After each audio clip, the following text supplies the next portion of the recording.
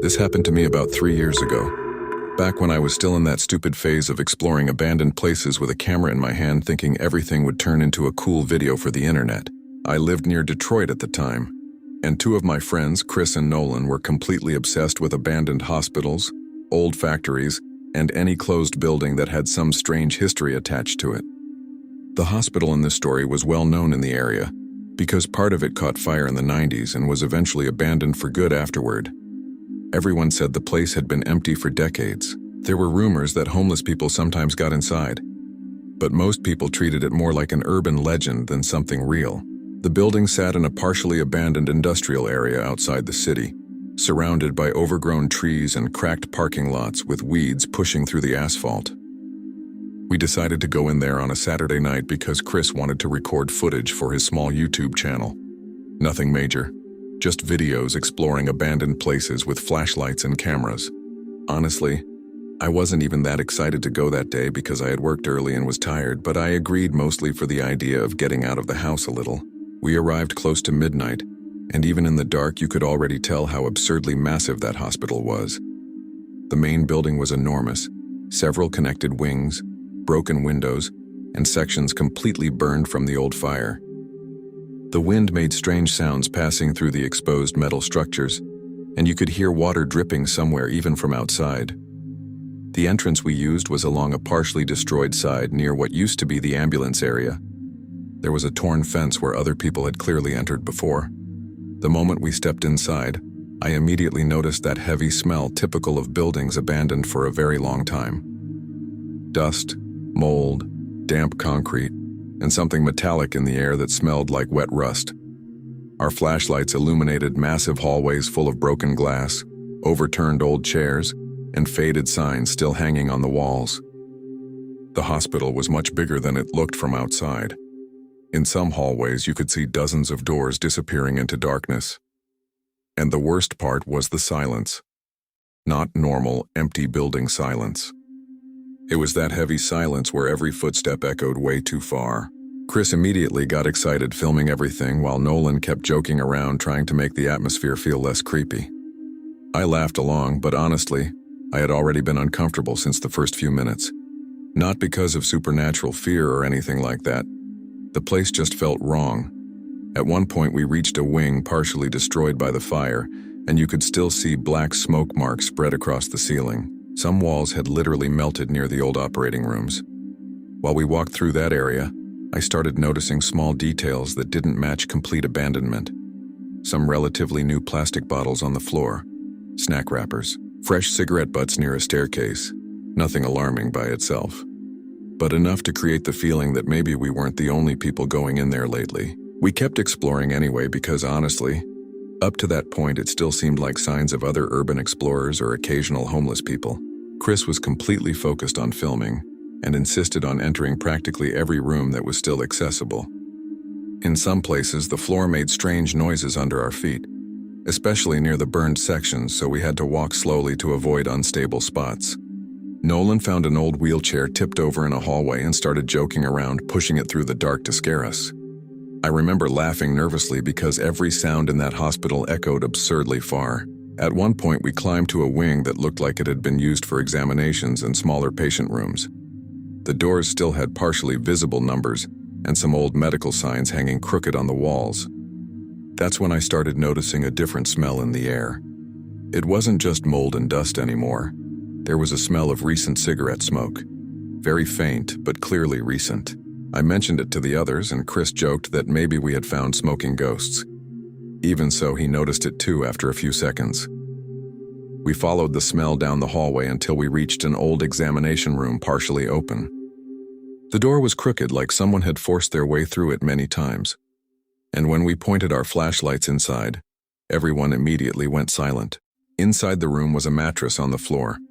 Not old or rotten like the rest of the hospital. It looked relatively recent. On top of it were crumpled blankets, some clothes thrown into a corner, and several opened food cans scattered near the wall. There was also a backpack leaning against a broken chair and an improvised ashtray made from a metal hospital tray. The detail that completely froze me was noticing smoke rising from 2 cigarettes still burning nearby. Not cigarettes that had been burning for hours on their own, actually lit. One of them was still sending a thin line of white smoke toward the ceiling when we illuminated the room. My whole body went on alert instantly. Nolan was the first to say something like, "Dude, someone lives here." And honestly, that completely changed the mood of the night. Up until then, the hospital had felt empty and dead. But that room felt occupied, like someone had left only minutes before we walked in. The worst part was how much heavier the silence of the building became after that. We automatically started talking more quietly. Chris even turned off the camera instinctively while looking around trying to hear something. And it was exactly at that moment that we heard a noise coming from the floor above us. Fast footsteps crossing the hallway. Not one or two. Running. Heavy, like someone moving quickly directly above our heads. Everyone froze immediately when we heard it. The sound came from the ceiling directly above the room we were standing in. Fast footsteps crossing the upper hallway, followed by something metallic slamming hard, and then silence again. It didn't sound like an old building creaking, or an animal. It was clearly someone running. Chris automatically lifted the camera trying to film, while Nolan stared at the doorway without saying anything. I remember the physical sensation of that moment very clearly. My stomach dropping while my brain tried to decide whether it was just another explorer or someone living inside the building who had just noticed our presence. We stood completely still for several seconds trying to hear anything else. Then came another sound, a heavy dragging noise from the hallway above us, slower this time, like something being moved across the floor. Chris whispered something like, "I think we should leave." It was the first time all night he actually sounded nervous. We quickly left the room without making much noise, only illuminating enough of the hallway to see where we were walking. And honestly, after finding that mattress, the entire hospital felt different. It no longer felt abandoned. It felt occupied. Every dark hallway carried the feeling that someone could be watching us from somewhere. We started heading back the same way we came, trying to reach the side entrance where we had entered. The problem was that the hospital was enormous and every hallway started looking the same in the dark. In some areas you could hear distant dripping water and wind passing through broken sections of the structure. But now, every tiny sound made us stop immediately. At one point we heard another noise from the floor above. This time it sounded like footsteps following our movement. Not running anymore, walking, slowly, always a few seconds after our own footsteps echoed through the lower hallway. That made me extremely uncomfortable because it felt like someone was literally tracking us from above. Nolan started talking faster, clearly nervous, insisting we needed to get out immediately. Chris still held the camera, but he had completely stopped making comments for the video. When we finally reached the main hallway near the side entrance, I felt immediate relief seeing the faint light coming from the opening where we had entered. But as soon as we got close to the door, Nolan quietly muttered, "No." The metal chain that had been lying on the ground when we entered was now attached outside the door. Someone had locked the entrance while we were exploring the building. At first I thought Nolan was exaggerating or seeing wrong because of the darkness. But when I approached the door, I felt the same cold drop in my stomach instantly. The chain really was attached outside now. Through the broken glass opening, you could clearly see the padlock hanging on the exterior handle. My heart started racing so hard that I actually began feeling hot despite the freezing cold inside the hospital. Chris shoved the door hard several times, but it barely moved a few inches. And the worst part was that this entrance had been our only easy way out. The silence in the hallway became unbearable at that moment. None of us spoke loudly anymore. It felt instinctive to keep our voices down because now there was a very real feeling that someone inside the building knew exactly where we were. Nolan kept constantly looking back down the hallways behind us while saying that this couldn't be a coincidence. Honestly, I agreed, because the chain had been on the ground when we entered. All of us saw it, and now someone had locked the exit while we were inside. Then we heard a loud crash behind us, a metallic bang from the hallway we had just crossed. When we turned our flashlights toward it, we saw an old stretcher tipped over, partially blocking the passage. None of us had touched it earlier, and that made it clear someone was moving way too close now. Chris started saying we needed to leave the hospital immediately, even if it meant breaking through a ground floor window. At that point, nobody cared anymore about trespassing, police, or anything else. The only concern was getting out before that guy decided to come directly after us. We kept moving until we finally reached a partially destroyed wing where part of the outer wall had collapsed years earlier during the fire. You could see snow on the ground and trees outside through the gaps in the structure. The problem was that there was still a significant drop between the floor and the uneven terrain outside, filled with broken concrete. Even so, it looked like our best chance. Nolan was already approaching the opening when we heard fast footsteps coming directly from the hallway behind us, for the first time that entire night. Not above us, on the same floor. Running, all of us instantly turned our flashlights around, and this time we clearly saw the man for several seconds before he disappeared behind burned walls. Thin, large beard, extremely dirty dark clothing, and something long and metallic in his right hand. Maybe a pipe or some kind of tool. He didn't exactly run toward us. It felt more like he was trying to block the way back while watching us. And honestly, the look in that man's eyes was one of the most disturbing things I've ever seen. He didn't look drunk or insane. He looked like someone completely used to that building and perfectly comfortable inside it. Nolan didn't hesitate after seeing him clearly. He simply jumped through the broken wall opening to the outside without even judging the drop properly. Chris and I immediately followed because at that point staying inside the hospital felt suicidal. The broken concrete outside was covered with thin snow and scattered metal pieces, so the fall was worse than it looked. I slammed my left shoulder hard into the ground and instantly felt pain, but the adrenaline was so intense I could barely process it. Chris fell behind me, almost dropping the camera while Nolan was already getting up, yelling for us to run toward the parking lot. When I quickly looked back at the opening in the building, I saw the man standing in the darkness watching us leave. He didn't try jumping after us or immediately chasing us. He just stood there holding that metal bar while our flashlight beams shook against the burned walls around him. And honestly, that scared me even more, because it felt like he knew exactly which parts of the hospital gave him the advantage and which didn't. We started running through snow, tall weeds and broken concrete, trying to reach the torn fence where we had entered hours earlier. The freezing wind hit our faces so hard it hurt to breathe, and even outside, I still had that horrible feeling that he was watching us from inside the building. When we finally reached the abandoned parking lot near the side entrance, we noticed something else that almost made the situation even worse.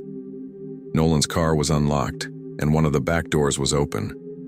We were absolutely certain he had locked everything before entering the hospital, because we had even joked about leaving expensive equipment in the back seat.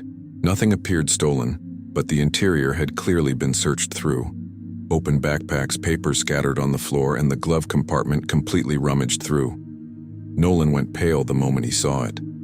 Honestly, I think that was when all of us realized how much worse the situation could have ended, because it meant the man had probably left the hospital while we were trapped inside and gone through our car, maybe looking for wallets, maybe looking for keys, maybe just trying to scare us even more. We jumped into the car practically in full panic and got out of there as fast as possible. And even today, the part that disturbs me most isn't the abandoned hospital or the fact that someone was living inside it. It's remembering the way that man moved through the entire building, making almost no sound while clearly knowing exactly where we were the entire time. It felt like we had unknowingly walked into his home. And honestly, maybe that's exactly what happened. Story 2. This happened to me when I was 17, during my senior year of high school. I lived in a small town in Pennsylvania where there was basically nothing to do at night besides driving around aimlessly or looking for abandoned places to explore. My friend Tyler was completely obsessed with urban exploration videos on YouTube back then, and constantly tried convincing us to break into abandoned buildings to record content for TikTok and the small channel he had. The school in this story was well known in the area because it had been abandoned for almost 15 years, after a new building was constructed a few miles away. Everyone just called the place Old Jefferson. It was a huge school from the 70s, partially deteriorated, surrounded by tall trees and a cracked parking lot full of weeds growing through the asphalt. There were tons of stories about vandalism, homeless people getting inside, and even rumors of people using the building for drug dealing or as a hideout. Honestly, I never really believed those stories. To me, it was just an old building falling apart. One Friday night near the beginning of winter, Tyler and I decided to go inside after he saw recent TikTok videos of other people exploring the school's abandoned gymnasium. The idea was to record a few creepy scenes and leave in less than an hour. Nothing heavily planned, We arrived close to midnight and the place looked much worse in person than it did in photos. Almost all the windows were shattered. Huge graffiti covered the exterior walls and part of the parking lot looked completely overtaken by small trees growing through the concrete. We entered through a partially broken side door near the old cafeteria. The moment we stepped inside the school, I immediately noticed that heavy smell typical of buildings abandoned for years. Dust, damp wood, mold, and a strange odor of old paper mixed with rust.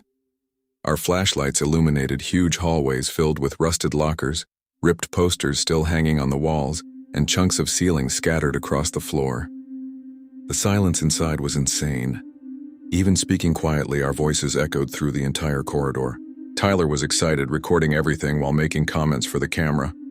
But honestly, I had already been uncomfortable from the first few minutes. Not because of ghosts or anything like that.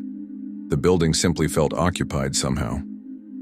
In some hallways, we found recent plastic bottles, energy drink cans, and sneaker prints in the dust. That didn't seem too strange because lots of people trespassed there. The problem was the constant feeling that someone else was inside the school at that exact moment. At one point, we passed near the old library and I clearly heard a door slam somewhere far down another hallway. Tyler said it was probably just wind moving through the broken classrooms, so we kept heading toward the gym because that was the part he most wanted to film. When we pushed open the rusted double doors and entered the empty gymnasium, the feeling immediately got worse. The place was enormous, completely dark and silent, with old bleachers disappearing into darkness above the court. The gym looked much bigger inside than I had imagined. Our flashlights illuminated sections of the ruined wooden court, faded game markings still visible on the floor, and torn banners hanging near the ceiling. The bleachers were partially folded in and covered in thick dust. Every footstep echoed through the entire building. Tyler got excited immediately because the place looked perfect for the kinds of videos he liked recording. He started filming the bleachers and making quiet comments for the camera while I constantly watched the dark entrances around the gym. The problem was that the silence didn't feel natural. It was so quiet that every tiny sound stood out way too much. At one point, I heard a metallic creak coming from the upper section of the bleachers and instinctively pointed my flashlight in that direction. I saw nothing besides old seats and darkness. Tyler asked what happened, and I said it was probably just part of the old structure shifting. Honestly, I kept trying to rationalize everything because I didn't want to sound paranoid. Then we started crossing the court toward the old locker room area. That was exactly when the gymnasium speaker system turned on by itself. The sound of static exploded so loudly in the silence of the building that both of us literally jumped. It seemed to come from the old speakers mounted near the ceiling of the gym. At first, it was only that harsh metallic interference full of crackling and distortion, like an old microphone being switched on after years unused. I remember Tyler immediately aiming his flashlight upward, trying to understand what was happening. Neither of us spoke for several seconds. The static kept echoing throughout the entire gym, and then suddenly a male voice came through the sound system. Very calm, very clear. "Why did you come in here?" The way that echoed through the empty gym was one of the most disturbing things I've ever heard in my life. It didn't sound like an automatic recording. It sounded like someone speaking live through the school's intercom system. My entire body instantly went cold. Tyler lowered the camera immediately, and I remember automatically looking toward the gym entrances, trying to figure out where the voice was coming from. Then the voice returned, quieter this time. "You shouldn't be here." That was when the panic really started. Tyler was the first to react. He simply said, "Let's leave right now," in a tone I had never heard from him before. It didn't sound like joking around or mild nervousness. It sounded like real fear. We started quickly crossing the court toward the doors we had entered through, while the static continued blasting from the speakers above our heads. The sound cut in and out occasionally, almost like someone was holding down an old microphone button. At one point, it even sounded like breathing mixed into the interference. I remember the physical feeling of that moment clearly. My heart racing, my hands cold around the flashlight, and that horrible realization that someone was probably inside the school watching us for a while already. When we finally reached the double doors of the gym, Tyler immediately pulled one open. It didn't move. He tried the other one, also locked. My stomach dropped instantly, because those doors had been open when we entered. We had both walked through them less than 10 minutes earlier. Tyler started yanking harder while I pointed my flashlight through the narrow windows in the doors trying to see into the hallway outside. And that's when we heard a sound out there, fast footsteps echoing through the dark school corridor. At that moment, I think we both realized the exact same thing at the same time. Someone was inside the building with us and had probably just locked the gym doors from the outside. Tyler started quietly swearing while searching for another exit near the bleachers. I kept illuminating the hallway through the narrow glass windows, trying to spot movement. Then we saw a shadow quickly cross a distant hallway. Very fast. Just a dark silhouette passing between classroom doors before disappearing again. The worst part was that the footsteps kept going. Not running directly toward us. They sounded like they were moving through the main hallway around the gym. The static from the speakers suddenly stopped at that moment. The silence afterward was much worse, because now we could clearly hear the footsteps echoing through the entire building. Tyler found a side door near the old locker rooms and we started running toward it without even thinking clearly anymore. And honestly, at that point the fear wasn't about trespassing or getting caught by police. It felt like we had entered a building where someone had already been living or hiding for a very long time. And now that person knew exactly where we were. The locker room side door opened after Tyler slammed his shoulder against it a few times. The moment we entered the narrow hallway behind the gym, the smell changed completely. It wasn't just dust and mold anymore. There was a strong smell of old cigarettes and something damp, almost like wet clothes left piled up for a long time. The corridor was narrow, filled with rusted sports lockers and chunks of ceiling scattered across the floor. Our flashlights shook in our hands while we hurried through trying to find any exit leading back to the main part of the school. The problem was that the footsteps were echoing behind us now. Faster. Not fully running, but clearly moving in the same direction. At one point, we heard a door slam hard somewhere in a nearby hallway, and both of us practically froze. Tyler immediately swung the flashlight behind us, but we only saw the empty corridor disappearing into darkness. The worst part was that the person never spoke again. After the voice on the intercom, everything became silence and movement. That made the situation much more disturbing, because it felt like someone was trying to guide us through the building without ever needing to appear directly. While crossing the locker room area, I started noticing strange things there too. Recent water bottles, food wrappers, old blankets tossed into a corner. It didn't feel like an empty school anymore. It felt occupied. Then we reached an emergency exit at the end of the hallway that supposedly led directly to the side parking lot. Tyler practically ran to it and shoved the metal push bar hard. Nothing. Locked too. He started hitting the door angrily while I illuminated the narrow windows trying to see outside. And that's when I heard fast footsteps coming from the hallway behind us again, this time much closer. The sound echoed absurdly loudly in the narrow locker room corridor. It sounded like someone partially running and then slowing down near the corner. My heart immediately started pounding. Tyler turned the flashlight toward the hallway exactly when we saw quick movement near the lockers. We couldn't clearly see the face, but there was definitely someone there. A thin male silhouette wearing a dark hoodie and jacket. The moment the light hit him, he immediately stepped back behind the corner. Tyler yelled "Holy shit" loudly and grabbed my arm, telling me to run. Honestly, I had never felt fear like that before because everything felt too calculated. The person wasn't trying to attack us directly. He only appeared enough to make sure we knew we were being followed through the school. We started running through the hallways practically without direction at that point. We just wanted to find any unlocked exit before the guy decided to confront us directly. The problem was that the school was much bigger inside than it looked from the outside. Long hallways connecting different wings, partially destroyed staircases, and multiple doors blocked with chains or old furniture. While we ran, our flashlights illuminated abandoned classrooms filled with broken desks and papers scattered across the floor. Sometimes we could hear water dripping somewhere far away in the building. Other times only our own footsteps echoing absurdly loudly. Then we heard movement behind us again. Fast footsteps. Very fast this time. It no longer sounded like someone calmly walking. It sounded like someone literally running through the corridors after us. Tyler completely panicked at that point and started speaking over his words, saying we should call the police as soon as we found signal. I tried using my phone while we ran, but there was absolutely no connection inside the building. At one point, we passed through an old administrative area and heard the speaker system activate again. First static, then the same male voice. more irritated now. "Stop running." That completely froze me because it meant the person could probably track our movement through the entire school.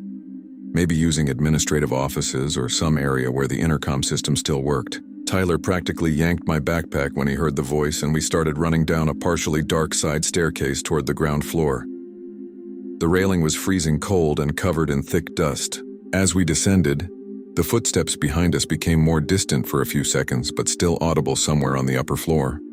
When we reached the lower level, we noticed a faint light coming from a partially open room near the old main office.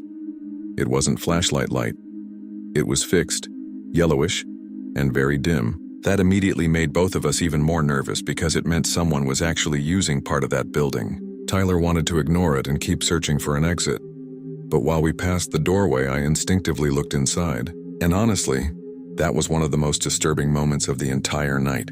There was an old mattress on the floor, several stacked food cans, and a portable radio quietly playing on top of a school desk.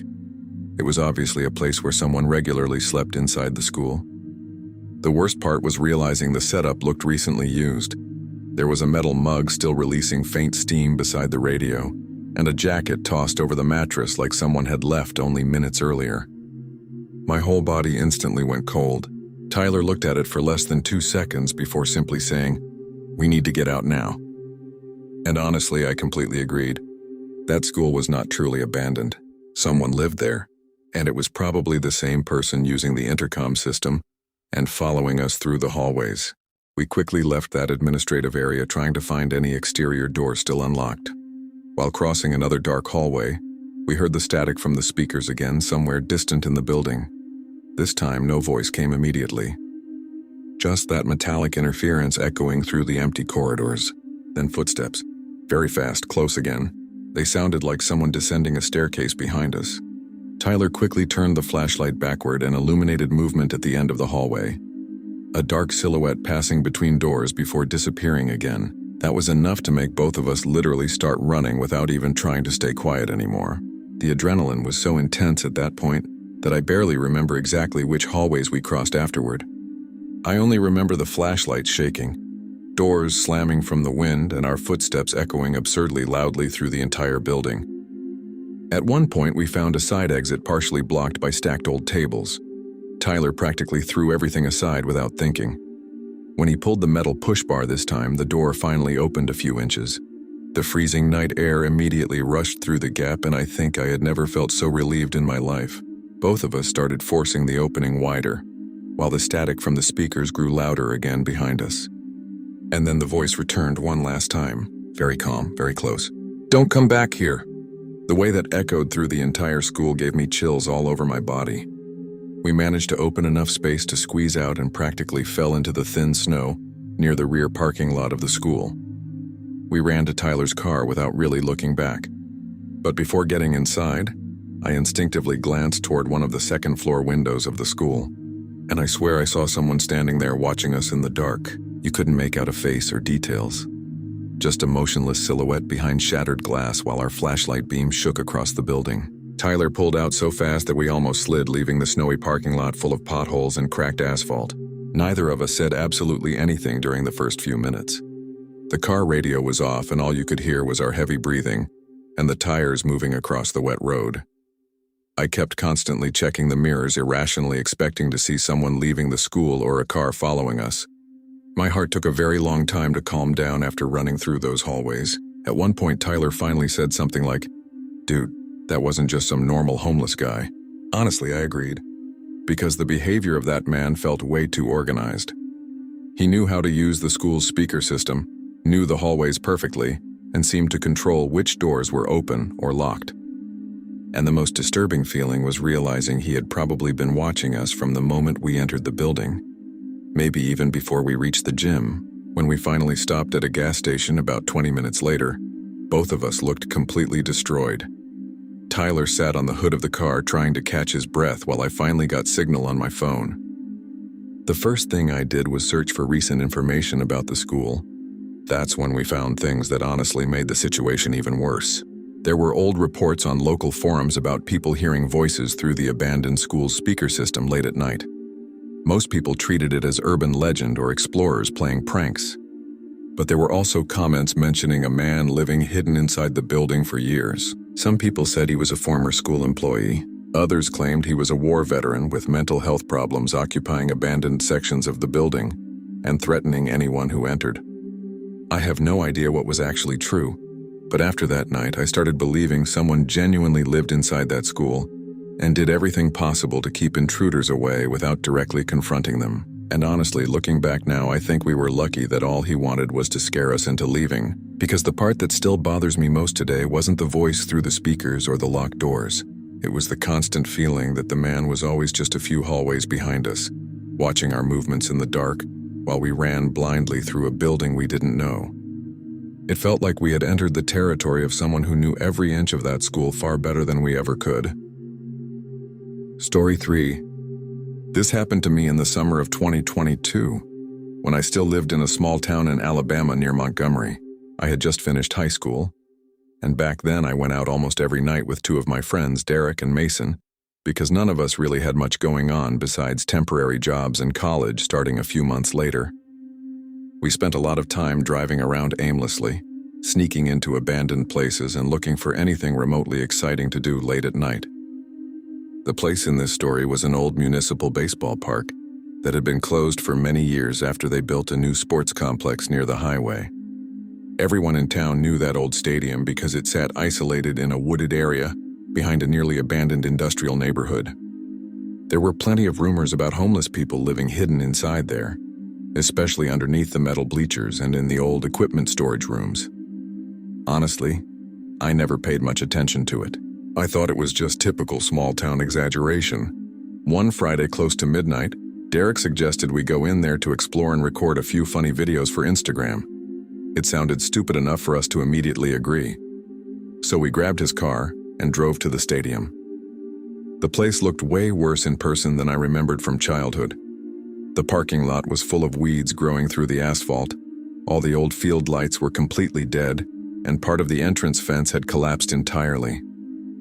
We entered through an opening in the side fence carrying flashlights and our phones. The moment we stepped inside the stadium, I noticed that familiar abandoned place smell in the humid southern summer air. Wet grass, rusted metal, and old wood soaked with nighttime humidity.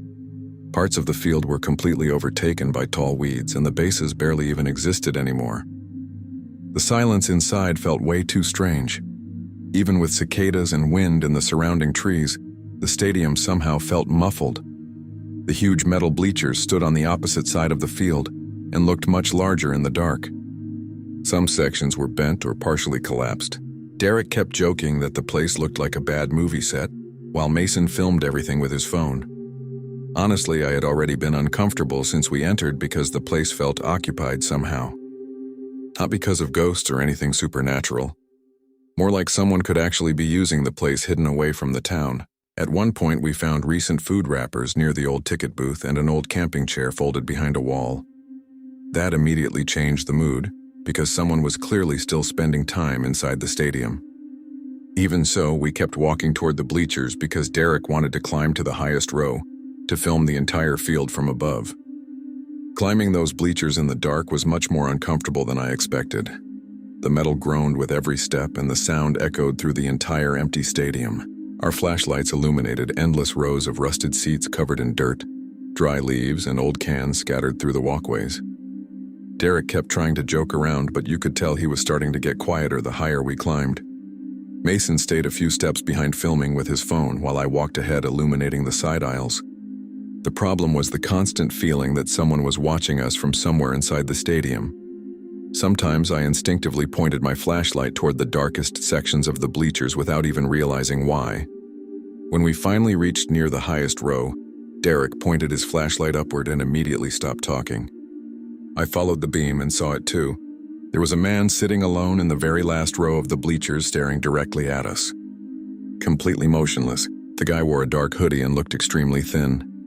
You couldn't really make out his face because of the distance and poor lighting, but you could clearly tell he was sitting there silently watching the three of us. My whole body instantly went cold. Mason immediately lowered his phone when he noticed the man too. For several seconds, none of us said absolutely anything. The entire stadium became unbelievably silent. It didn't even feel like there was wind anymore. Derek finally said something like, "Hey man, we're leaving," trying to sound casual, but you could hear the nervousness in his voice. The man didn't answer, didn't move. He just kept sitting there staring at us from the highest row.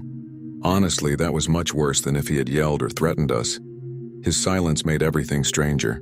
I remember immediately thinking that we had probably wandered into a place where someone was genuinely living. Then Derek pointed the flashlight directly at the man's face for a stronger second. The man slowly stood up from the bleachers, and honestly, the way he did it gave me chills all over my body.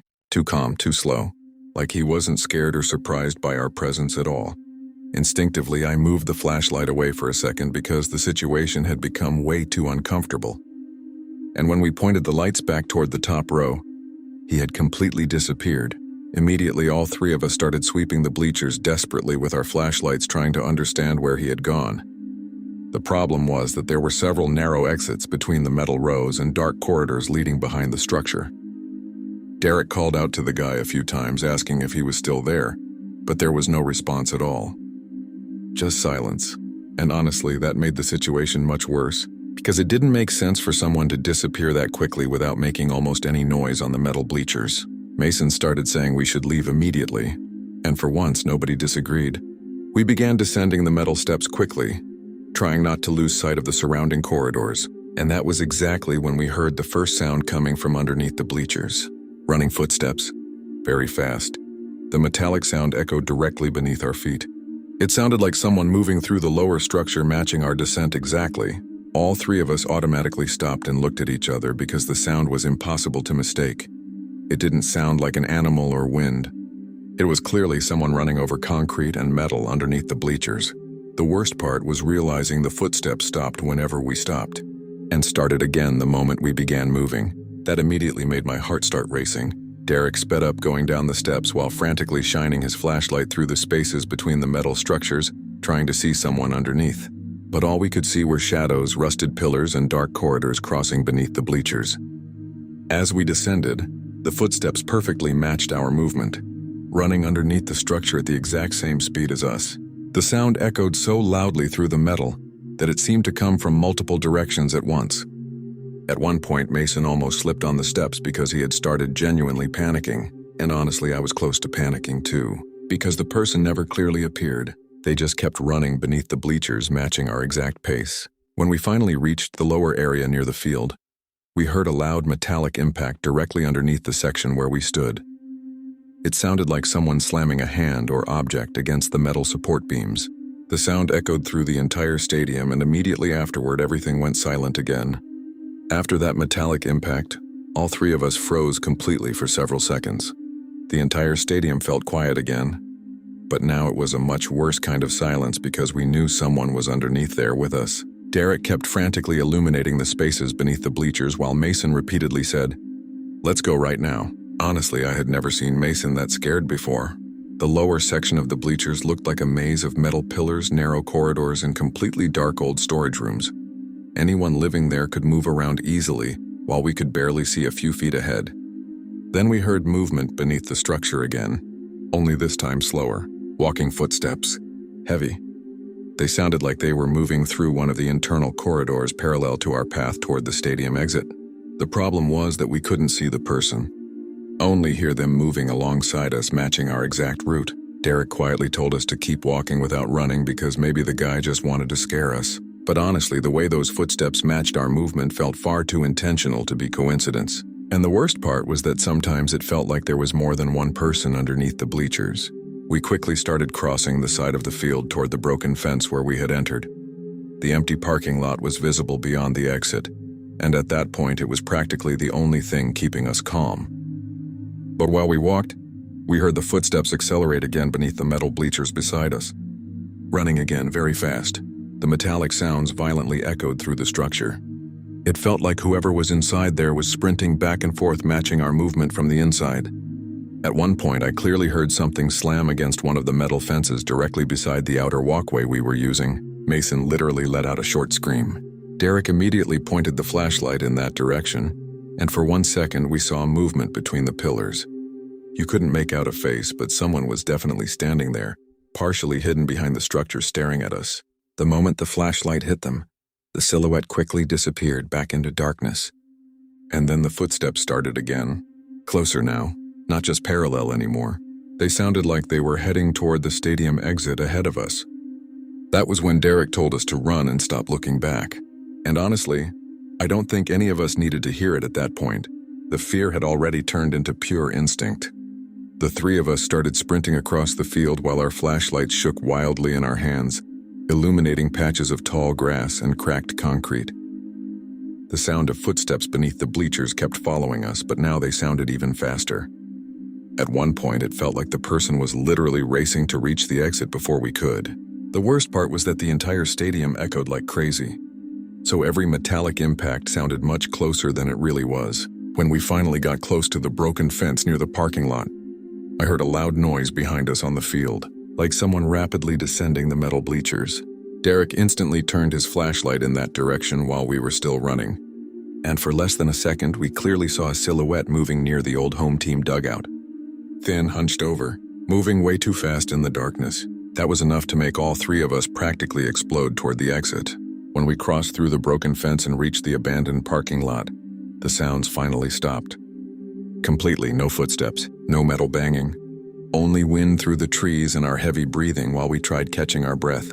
Derek was shaking so badly trying to unlock the car that he pressed the wrong button twice. While he did that, I instinctively looked back toward the stadium. And honestly, that image still bothers me to this day. At the highest section of the bleachers, exactly where we had first seen the man sitting, you could make out a silhouette standing there staring in our direction, not moving, not doing anything, just watching. Mason practically threw himself into the back seat while Derek sped away without even fully waiting. None of us talked much on the drive back into town. And honestly, what disturbed me most that night wasn't finding someone living hidden inside that abandoned stadium. It was the way the person seemed comfortable there. Like they knew every space beneath those bleachers perfectly, while we were just intruders stumbling through the dark. To this day, I avoid driving near that baseball park whenever I go back to that part of Alabama, because part of me believes that man still lives there watching anyone stupid enough to enter that stadium at night. Story 4. This happened to me and my girlfriend Emily at the beginning of 2021, back when we still had that stupid obsession with exploring abandoned houses on weekends. We both lived in a small town in Virginia, and we spent a lot of time watching urban exploration videos and looking for strange places on local forums and Facebook groups. The house in this story was well known in the area because it had belonged to a hoarder who supposedly disappeared years earlier without a trace. There were several stories circulating about the place. Some people said he died inside the house and they never found the body. Others claimed he simply abandoned everything and vanished. Either way, the property had been left alone for a long time, and nobody seemed interested in buying or demolishing it. The house sat isolated on a narrow road surrounded by woods and empty lots far from the main town. Emily found the address on an old urban exploration forum, where people mentioned that the inside was still mostly untouched because almost nobody went in there due to the smell and the unbelievable amount of trash piled inside. One Saturday afternoon near the end of winter, we decided to go there just to take a quick look and maybe snap a few pictures. Honestly, the plan was to stay less than half an hour. But the moment we parked near the dirt entrance and saw the house up close, it was obvious the place was far worse than we imagined. The entire structure looked like it was slowly sinking into the ground. Broken windows, a partially collapsed porch, and trees growing so close to the walls that branches were practically pushing through parts of the roof. As soon as we stepped through the broken side door, I immediately smelled the worst odor I had ever encountered in an abandoned place. It wasn't just mold or rotten wood. It smelled like years of accumulated garbage, damp fabric, spoiled food, and something organic decomposing somewhere inside the house. Emily immediately covered her nose with the sleeve of her jacket. Our flashlights illuminated extremely narrow hallways because there were literally piles of old newspapers, boxes, clothes, broken furniture, and garbage bags stacked almost to the ceiling in some rooms. It felt like the entire house had slowly been turned into a maze of trash over the years. The feeling inside was horrible. The air felt heavy and suffocating even with the cold outside, and the silence was way too strange. Not normal abandoned house silence. The kind of silence where you automatically start hearing your own movements and breathing way too loudly. As we crossed the main living room, I started noticing small details that made me uncomfortable immediately. A few relatively recent plastic bottles on the floor, new food wrappers mixed in with the old trash, and cigarette butts near a broken window that clearly hadn't been there for years. I mentioned it to Emily, and she said maybe other explorers occasionally entered the place. But honestly, even at the beginning, I already had the strong feeling that someone still used that house. We kept going anyway because, looking back now, I think neither of us wanted to admit to the other that we were already uncomfortable. The farther we moved into the house, the narrower and harder the hallways became to navigate because of the unbelievable amount of junk. In some places, we had to squeeze sideways between piles of damp boxes and old furniture that looked close to collapsing. The floor made strange noises constantly, wood creaking beneath the weight of years of accumulated garbage. Emily shined her flashlight along the walls while I tried clearing a path without tripping over something. At one point, we found a kitchen practically buried to the ceiling in ripped black garbage bags and stacks of old cans. There were even dishes still sitting in the sink covered in thick mold. The smell there was so strong we quickly started getting headaches. It was while we were crossing that part of the house that I first heard the strange sound coming from inside the walls. At first, I thought it was wind moving through the old structure. It was a low, uneven noise coming from somewhere behind the kitchen wall. But then I realized it sounded like breathing. Heavy, slow, like someone breathing through their mouth very close to the other side of the thin wood. I stopped immediately and signaled for Emily to stay quiet. Both of us stood completely still, listening for several seconds. And then the sound came again, a heavy inhale followed by a slow exhale. Emily immediately whispered if someone was inside the house. Honestly, at that moment I still tried to rationalize it. I thought maybe there were animals trapped inside the walls or pipes making strange noises. But the longer we listened, the less explainable it sounded. It wasn't scratching like rats. It wasn't wind. It literally sounded like someone breathing on the other side of the wall. And the worst part was the proximity. It sounded way too close. I pointed my flashlight at the old wood, trying to find some hole or opening. But the walls were covered in water stains and ripped old wallpaper. Then suddenly the sound stopped completely. The silence afterward was even worse, because the entire house suddenly felt like it was listening to us. Emily started insisting that maybe we should leave immediately. And honestly, I agreed. That feeling that someone could be hidden somewhere inside the structure became extremely strong at that moment. So we started heading back through the main hallway toward the side exit we originally used. But as we walked, we heard the breathing again. This time coming from another wall farther down the hallway. Closer, heavier. Like whoever was inside the structure was moving alongside us through the house. At that point, the atmosphere changed completely. Until then, it still felt possible to rationalize everything as some trapped animal or weird structural noise. But hearing the breathing appear in another part of the house, following our movement through the hallway, destroyed any remaining sense of normality. Emily grabbed my arm immediately and started talking quieter, clearly nervous now. We sped up, trying to retrace our path toward the entrance, but moving quickly through that house was difficult because of the unbelievable amount of trash everywhere. Bags ripping beneath our feet, wood creaking, and piles of boxes partially blocking the hallways. And the worst part was that the sound kept continuing, sometimes on the left side of the wall, then farther away, then close again. Always that heavy, slow breathing coming from somewhere inside the structure of the house. At one point we stopped completely, and the silence instantly returned. Then we heard a small crack coming from inside the wall behind us, not very loud. It sounded like someone leaning against something or shifting weight inside a tight space. My heart immediately started racing. Emily almost whispered, asking if I thought someone could actually be living there. Honestly, looking back, I think by then I already knew the answer. That house was old enough to have hidden spaces, areas between walls or makeshift passages created by the former owner. And everything inside was starting to feel less abandoned and more occupied. We kept moving until we finally reached the main living room near the side door. And that was when we noticed something horrible. The door we had entered through wouldn't open anymore. At first I thought it had jammed because of the old wood, so I tried pulling hard several times. Nothing. It felt completely blocked. Emily came to help and both of us tried shoving together. Still nothing. Then I heard a low metallic sound coming from outside the house, like something heavy being dragged across the porch floor. My stomach immediately dropped, because that meant someone had probably blocked the door from the outside while we were trapped inside. Emily started panicking almost immediately. asking who would be doing that.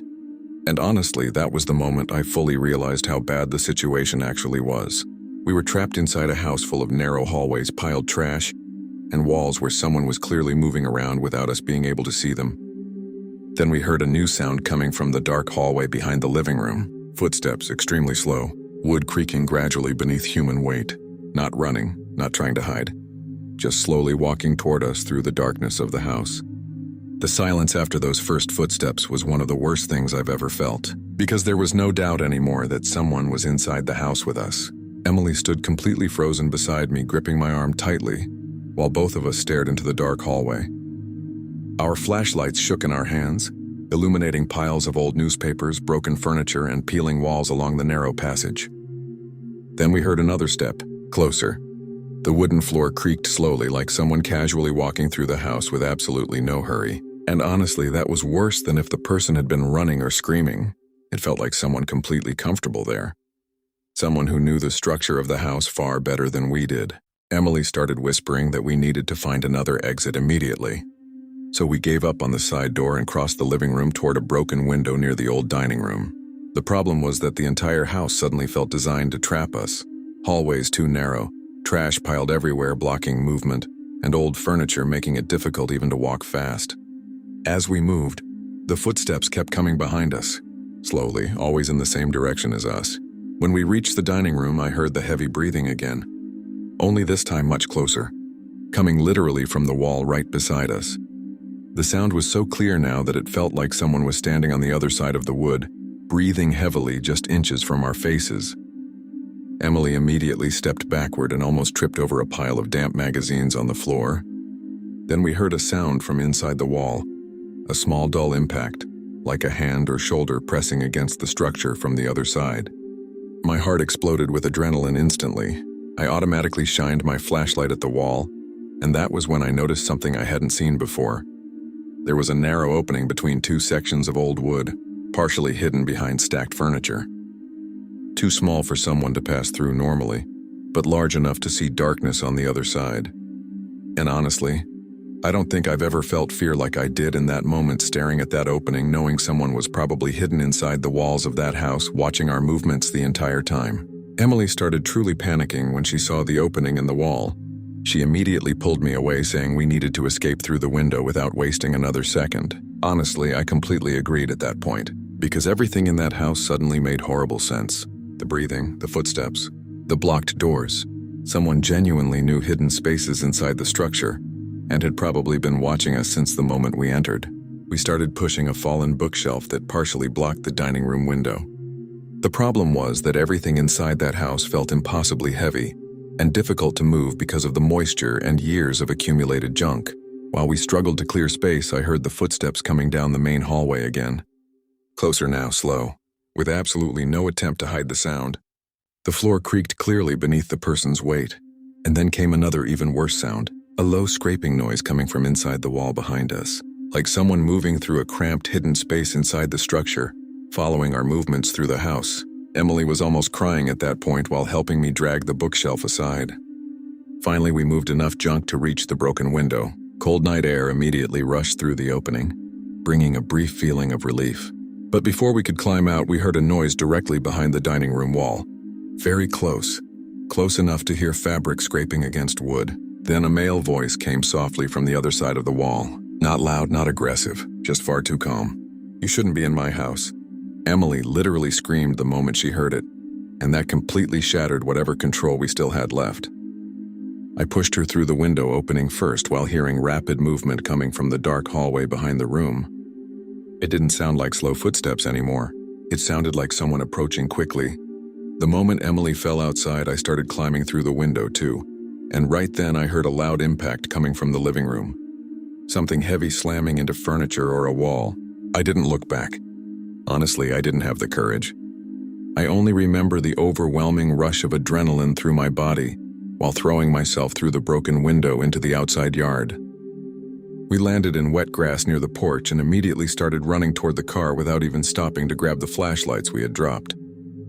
While we ran across the overgrown property, I heard another loud impact from inside the house, then silence again. And honestly, that was worse than if someone had chased us directly, because it felt like the person was simply standing there watching us escape without any hurry at all. Emily was crying and struggling to breathe while we stumbled through the dark yard, tripping over roots and scattered trash. When we finally reached the car, my hands were shaking so badly it took me several ridiculous seconds just to unlock the door. The entire time I felt that horrible urge to look back at the house. And unfortunately I did. The partially collapsed porch light illuminated only part of the front of the property. But you could clearly see movement behind one of the broken windows, not a full face. Just a silhouette standing motionless in the dark, watching us through ripped curtains and dirty glass. The worst part was the feeling that the person didn't seem surprised or frightened. They seemed annoyed that we had entered, like someone watching strangers invade a place where they had been living hidden away for a very long time. Emily practically threw herself into the car while I started the engine and sped away down the dirt road as fast as possible. Neither of us said much during the drive back toward town. Emily kept constantly looking behind us like she expected someone to follow the car through the dark road. Honestly, I was paranoid too at that point. When we finally stopped at a gas station near the main highway, we started searching information about the house on our phones. And that was when we found things that made everything even worse. There were old reports on local forums about people hearing sounds inside the walls of the house and finding recent signs of someone living hidden there years after the original owner supposedly disappeared. Some people believed homeless individuals had started using the structure after it became abandoned.